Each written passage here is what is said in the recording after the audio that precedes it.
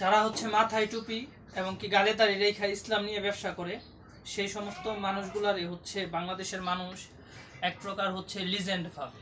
আমাদের দেশের এক শ্রেণীর মানুষের হচ্ছে গোয়ার করে কাঁচা, আর সেই শ্রেণীর মানুষগুলারে হচ্ছে যে বলে চাবা তারই বলে বাবা। রফিকুল ইসলাম মাদানি, মামুনুল হক এবং কি ওই যে আরেকজন আছে না আমির হামজা, এইগুলো হচ্ছে ধর্ম ব্যবসায়ী। এইগুলো হচ্ছে আওয়ামী লীগের সময় হচ্ছে ভালো টুপি টাপি মাথায় দেওয়া রয়েছে, যেহেতু জনগণ তাদেরকে ধোলাই না দেয়। আর 5 তারিখের পরে হচ্ছে তাদের আসল রূপ দেখা গেছে।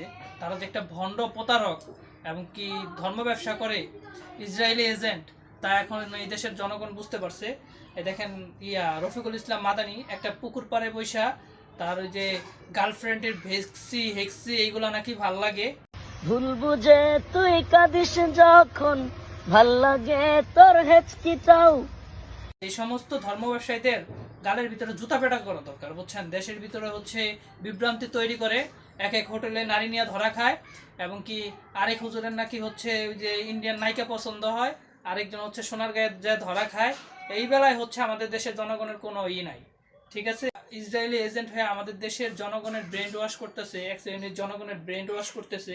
সেটা এই দেশের জনগণ কিছু বোঝে না। হ্যাঁ, কিছু জনগণ বোঝে, তবে এবার ধরলে আল্লাহ ছাড় দেয়, ছাইড়া দেয় না, ঠিক আছে। এবার ধরলে হচ্ছে গণধোলাই হবে।